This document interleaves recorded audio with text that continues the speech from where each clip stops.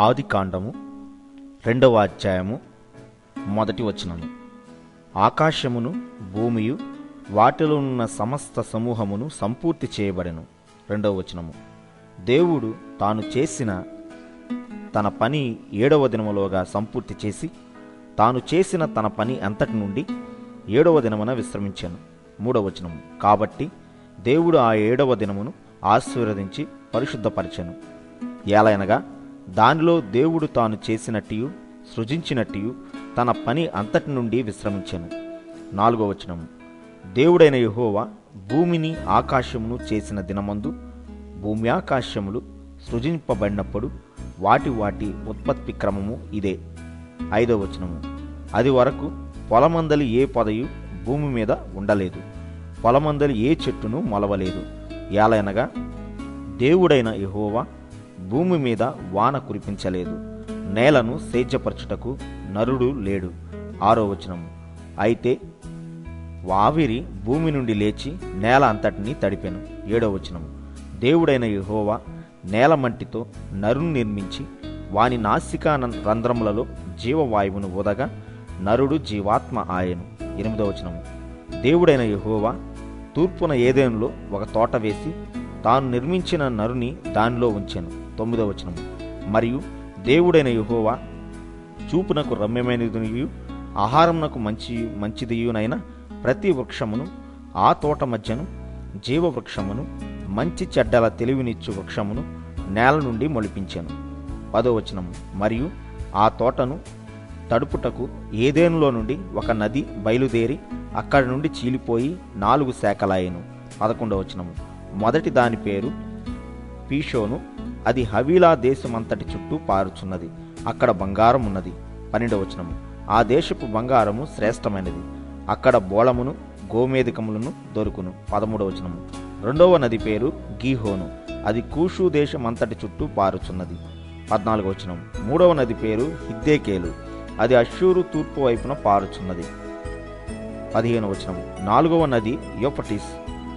మరియు దేవుడైన యెహోవా నరుని తీసుకుని ఏదేను తోటను సేద్యపరచుటకును దాని కాచుటకును దానిలో ఉంచాను. 16వ వచనము. మరియు దేవుడైన యెహోవా ఈ తోటలో ఉన్న ప్రతి వృక్ష ఫలములను నీవు నిరభ్యంతరముగా తినవచ్చును. 17వ వచనము. అయితే మంచి చెడ్డల తెలివినిచ్చు వృక్ష ఫలములను తినకూడదు, నీవు వాటిని తిని దినమున నిశ్చయముగా చచ్చెదవని నరునికి ఆజ్ఞాపించాను. 18వ వచనము. మరియు దేవుడైన యెహోవా నరుడు ఒంటరిగా ఉండుట మంచిది కాదు, వానికి సాటి అయిన సహాయమును వాని కొరకు చేయుదుననుకొనెను. 19వ వచనము.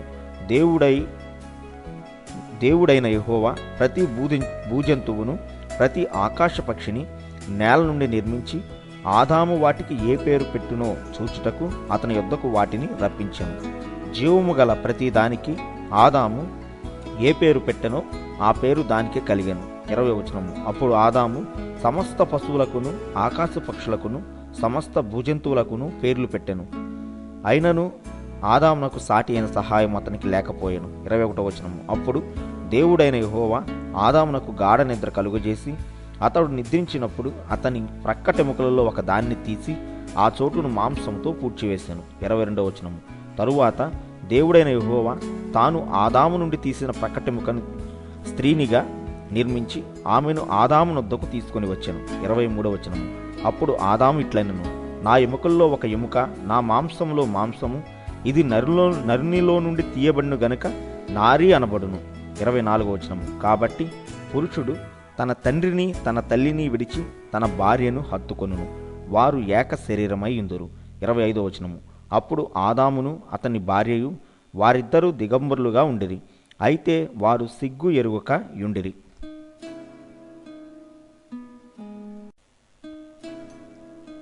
ఆదికాండము 3వ అధ్యాయము 1వ వచనము. దేవుడైన యెహోవా చేసిన సమస్త భూజంతువులలో సర్పము యుక్తి గలదై ఉండెను. అది ఆ స్త్రీతో, ఇది నిజమా? ఈ తోట చెట్లలో దేని ఫలములనైనా మీరు తినకూడదని దేవుడు చెప్పెనా అని అడిగాను. 2వ వచనము. అందుకు స్త్రీ, ఈ తోట చెట్ల ఫలములను మేము తినవచ్చును. 3వ వచనం. అయితే తోట మధ్యనున్న చెట్ల ఫలములను గూర్చి దేవుడు మీరు చావుకున్నట్లు వాటిని తినకూడదనియు వాటిని ముట్టకూడదనియు చెప్పినని సర్పముతో అనెను. 4వ వచనం, అందుకు సర్పము, మీరు చావనే చావరు. 5వ వచనం, ఏలైనగా మీరు వాటిని తిని దినమున మీ కన్నులు తెరవబడిననియు మీరు మంచి చెడ్డలను ఎరిగిన వారే దేవతల వలె ఉందురనియు దేవునికి తెలియనియు స్త్రీతో చెప్పగా. 6వ వచనం, స్త్రీ ఆ వృక్షము ఆహారమునకు మంచిదియు కన్నులకు అందమైనదియు వివేకమిచ్చు రమ్యమైనదియు నై ఉండుట చూచినప్పుడు ఆమె దాని ఫలముల్లో కొన్ని తీసుకొని తిని తనతో పాటు తన భర్తకును ఇచ్చెను, అతడు కూడా తినెను. 7వ వచనము, అప్పుడు వారిద్దరి కన్నులు తెరవబడెను, వారు తాము దిగంబరులమని తెలుసుకొని అంజూరపు ఆకులు కుట్టి తమకు కచ్చడములను చేసుకొనిరి. 8వ వచనము, చల్లపూటను ఆదామును అతని భార్యయు తోటలో సంచరించుచున్న దేవుడైన యెహోవా స్వరం విని దేవుడైన యెహోవా ఎదుటికి రాకుండా తోట చెట్ల మధ్యను దాగుకొనగా. 9వ వచనము, దేవుడైన యెహోవా ఆదామును పిలిచి, నీవు ఎక్కడ ఉన్నావనెను.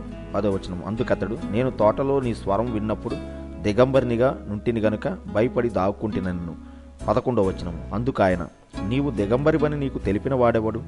నీవు తినకూడదని నేను నీకు ఆజ్ఞాపించిన వృక్షఫలమును తింటివా అని అడిగాను. 12వ వచనము, అందుకు ఆదాము, నాతో నుంటకు నీవు నాకిచ్చిన ఈ స్త్రీయే ఆ వృక్షఫలములు కొని నాకు ఇయ్యగా నేను తింటినన్ను. 13వ వచనం, అప్పుడు దేవుడైన యెహోవా స్త్రీతో, నీవు చేసినది ఏమిటని అడుగగా స్త్రీ, సర్పము నన్ను మోసపుచ్చినందున తింటినన్ను.